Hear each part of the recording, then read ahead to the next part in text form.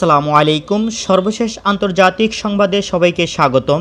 আপনাদের সাথে আছে আমি রাহাত হোসেন। প্রথমেই জানিয়ে দিব আমাদের হাতে থাকা সর্বশেষ আপডেটগুলো। বাগদাদে আইএস হামলায় ৬ সেনাসহ নিহতের সংখ্যা ৯। মধ্যপ্রাচ্যে আবারও আমেরিকা বি-৫২ বোমারু বিমান মোতায়েন করছে। ইসরায়েলের সঙ্গে সম্পর্ক প্রতিষ্ঠাকে সম্পূর্ণভাবে সমর্থন করে সৌদি আরব, বললেন পররাষ্ট্রমন্ত্রী। গাজার উত্তর অঞ্চলে হামলা চালিয়েছে ইসরায়েলি বিমান। পপ তারকা গ্রেপ্তার নিয়ে উগান্ডায় টানা বিক্ষোভ, নিহত হল ৩৭ জন। অবশেষে ভারতের আপত্তিতে সৌদির ব্যাংকনোট প্রত্যাহার। প্রিয় দর্শক, এতক্ষণ শুনছিলেন সংবাদ শিরোনাম, এখন বিস্তারিত। বাগদাদে আইএস হামলায় ৬ সেনাসহ নিহতের সংখ্যা ৯। ইরাকের রাজধানী বাগদাদের উত্তর অঞ্চলে আইএস জঙ্গিদের পেতে রাখা বোমা ও গুলিবর্ষণে ৬ সেনা সদস্য সহ ৯ জন নিহত হয়েছে। পুলিশ জানিয়েছে, বাগদাদ থেকে ২০০ কিলোমিটার উত্তরে আজ নিরাপত্তা বাহিনীর একটি টহলদারের গাড়ি রাস্তার পাশে পেতে রাখা বোমা বিস্ফোরণে উড়ে যায়। নিহতদের মধ্যে ৪ জন আধাসামরিক বাহিনী হাসদাস সাবির সদস্য এবং ২ জন পুলিশ সদস্য রয়েছে। জাউইয়া শহরের মেয়র মোহাম্মদ জিদানে গণমাধ্যমকে বলেছেন, নিহতদের মধ্যে ৩ জন বেসামরিক লোক ছিল। শহরের মেয়র ও স্থানীয় পুলিশের দাবি, ওই হামলা করেছে আইএস জঙ্গিরা। এর আগে গত ৮ই নভেম্বর আইএস জঙ্গিরা বাগদাদ এয়ারপোর্টের কাছে একটি শৌচাগারীতে হামলা করে ১১ জনকে হত্যা করেছিল। ইরাক ও আফগানিস্তান থেকে মার্কিন সেনা প্রত্যাহারের ঘোষণার পর থেকে সম্প্রতি আইএস হামলা বেড়ে গেছে দেশ দুটিতে। মধ্যপ্রাচ্যে আবারও আমেরিকা বি-৫২ বোমারু বিমান মোতায়েন করছে। মার্কিন বাহিনী আবারও মধ্যপ্রাচ্যে বি-৫২H ট্রাফোর্ট্রেস বোমারু বিমান মোতায়েন করছে। ইসলামী প্রজাতন্ত্র ইরানের সঙ্গে বিদায়ী মার্কিন প্রেসিডেন্ট ডোনাল্ড ট্রাম্প সংঘাত বাড়াতে পারে বলে আশঙ্কা যখন জোরদার হয়েছে, তখন মার্কিন বাহিনী মধ্যপ্রাচ্যে এই বিমান মোতায়েন করল। আমেরিকার নর্থ ডাকোটার একটি বিমানঘাঁটি থেকে ২টি বোমারু বিমান মধ্যপ্রাচ্যে পাঠানো হয় এবং এসব বিমান গতকাল মধ্যপ্রাচ্যে টহল দিয়েছে। মার্কিন সেন্ট্রাল কমান্ডার এক বিবৃতিতে দাবি করেছে, স্বল্প সময়ে এই মিশন পরিচালনা করা হয়েছে এবং এর উদ্দেশ্য হচ্ছে আগ্রাসন প্রতিরোধ ও মার্কিন মিত্রদেরকে আশ্বস্ত করা। বিবৃতিতে বলা হয়েছে, এই মিশনের মধ্য দিয়ে একথা প্রমাণ করা হয়েছে যে স্বল্প সময়ের নোটিশে মার্কিন বাহিনী বিশ্বের যে কোনো জায়গায় বিমান শক্তি মোতায়েন করার ক্ষমতা রাখে। এই মিশনের মাধ্যমে বিমানের ক্রুজরা মধ্যপ্রাচ্যের বিভিন্ন রুট ও কমান্ডার অ্যান্ড কন্ট্রোল সিস্টেমের সঙ্গে পরিচিত হয়ে উঠবে এবং তারা যে কোনো হুমকি নস্যাৎ করার সক্ষমতা অর্জন করবে। ইসরায়েলের সঙ্গে সম্পর্ক প্রতিষ্ঠাকে সম্পূর্ণভাবে সমর্থন করে সৌদি আরব, বললেন পররাষ্ট্রমন্ত্রী। সৌদি পররাষ্ট্রমন্ত্রী ফয়সাল বিন ফারহান আল সৌদ বলেছেন, যদি তার দেশের একটিমাত্র শর্ত পূরণ হয়, তবে ইহুদিবাদী ইসরায়েলের সঙ্গে সম্পর্ক স্বাভাবিককরণের প্রক্রিয়াকে সম্পূর্ণভাবে সমর্থন করবে রিয়াদ।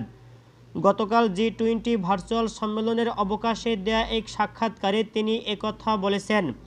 ফয়সাল বিন ফারহান বলেন, একটি স্থায়ী ও পূর্ণাঙ্গ শান্তি চুক্তি সইয়ের মধ্য দিয়ে যদি ফিলিস্তিনিদের জন্য মর্যাদাপূর্ণ রাষ্ট্র প্রতিষ্ঠা করা হয়, তবে ইসরায়েলের সঙ্গে সম্পর্ক প্রতিষ্ঠার প্রতি পূর্ণ সমর্থন দিবে রিয়াদ সরকার। গত ২ মাসের মধ্যে সংযুক্ত আরব আমিরাত, বাহরাইন ও সুদান ইসরায়েলের সঙ্গে সম্পর্ক স্বাভাবিক করার চুক্তি সই করেছে। এছাড়া আরও কিছু আরব রাষ্ট্র একই পথ অনুসরণ করতে পারে বলে ধারণা করা হচ্ছে। এই চুক্তির প্রতি রিয়াদ এর আগেও সমর্থন দিয়েছে এবং আরব আমিরাত ও বাহরাইনের সঙ্গে ইসরায়েলের বিমান চলাচলের জন্য সৌদি আকাশসীমা উন্মুক্ত করে দিয়েছে। এসব আরব দেশ ইসরায়েলের সঙ্গে সম্পর্ক স্বাভাবিক করলেও ফিলিস্তিনিরা কঠোর নিন্দা ও সমালোচনা করে আসছে। গাজার উত্তর অঞ্চলে হামলা চালিয়েছে ইসরায়েলি বিমান। ইহুদিবাদী ইসরায়েল অবরুদ্ধ গাজা উপত্যকার উত্তর অঞ্চলে বিমান হামলা চালিয়েছে। গাজার বেইত হানুন শহরে ইসলামী প্রতিরোধ আন্দোলন হামাসের একটি পর্যবেক্ষণ টাওয়ারের উপরে ইসরায়েলি বিমান হামলা চালায়। তবে এ হামলায় কোনো হতাহতের খবর পাওয়া যায়নি। ইসরায়েলের সামরিক বাহিনী এক বিবৃতিতে দাবি করেছে, গাজা থেকে রকেট হামলার জবাবে তারা বিমান হামলা চালিয়েছে। গাজা থেকে ছোড়া রকেট ইসরায়েলের আশকেনাল শহরের একটি কারখানায় আঘাত হানে। এ সময় সতর্কমূলক সাইরেন বাজানো হয়।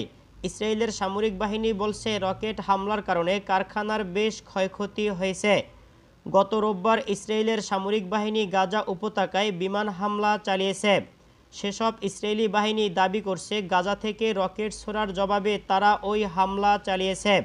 গাজা ভিত্তিক ইসলামী জিহাদ আন্দোলনের সিনিয়র কমান্ডার বাহা আবু আল আতার শাহাদত বার্ষিকীর সময়ে ইসরায়েল এসব হামলা চালালো। গত বছরের 12 নভেম্বর ইসরায়েলি বাহিনী বর্বর হামলা চালিয়ে 42 বছর বয়সী কমান্ডার এবং তার মন্ত্রীকে হত্যা করে। ওই হামলায় শাহাদত বার্ষিকীতে ইসরায়েলের সামরিক বাহিনীকে উচ্চ সতর্ক অবস্থায় রাখা হয়েছে। পপ তারকা গ্রেপ্তার নিয়ে উগান্ডায় টানা বিক্ষোভ, নিহত হল 37 জন। আফ্রিকার দেশ উগান্ডায় টানা 3 দিনের প্রতিবাদ বিক্ষোভে অন্তত 37 জন নিহত হয়েছে, আহত হয়েছে অনেকে। পপ তারকা থেকে রাজনীতিবিদ বনাম প্রেসিডেন্ট প্রার্থী ববি ওয়াইনকে গ্রেফতারের পর তার সমর্থকরা বিক্ষোভ শুরু করে। ববিকে গ্রেফতারের খবর ছড়িয়ে পড়লে তার সমর্থকরা রাস্তা বন্ধ করে টায়ারে আগুন ও যানবাহন চলাচল বন্ধ করে দেয়। পুলিশ তাদেরকে ছত্রভঙ্গ করতে টিয়ার গ্যাস ও রাবার বুলেট নিক্ষেপ করে। এ পর্যন্ত 577 বিক্ষোভকারীকে গ্রেফতার করা হয়েছে।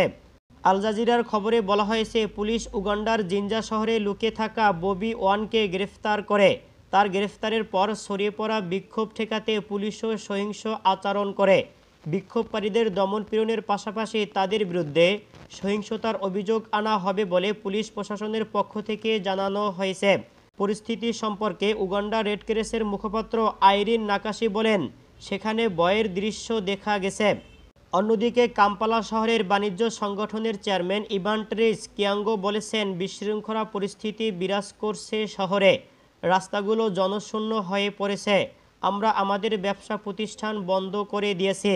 এছাড়া বিভিন্ন অধিকার কর্মীরা জানাচ্ছেন, মানুষের মধ্যে উদ্বেগ ছড়িয়ে পড়ছে। পরবর্তী সময় কি হবে তা নিয়ে মানুষ নিশ্চিত হতে পারছেন না। আফ্রিকার শান্ত দেশ উগান্ডায় চলমান সহিংসতার শুরু হয় গায়ক থেকে রাজনীতিবিদ বনে প্রেসিডেন্ট প্রার্থী হওয়ায় ববি ওয়ানের একটি টুইটের পর। তিনি টুইটে বলেন, সহিংসভাবে পুলিশ তার গাড়ি ভেঙে তাকে হেফাজতে নিয়ে গেছে। আরেক টুইটে তিনি বলেন, স্বাধীনতার মূল্য অনেক বেশি, তবে আমাদের অবশ্যই সেটি অর্জন করতে হবে। অবশ্যই পুলিশ জানিয়েছে, ববি ওয়ানকে গ্রেফতার করা হয়েছে কোভিড-19 মহামারী সংক্রান্ত গাইডলাইন্স ভাঙার অভিযোগে।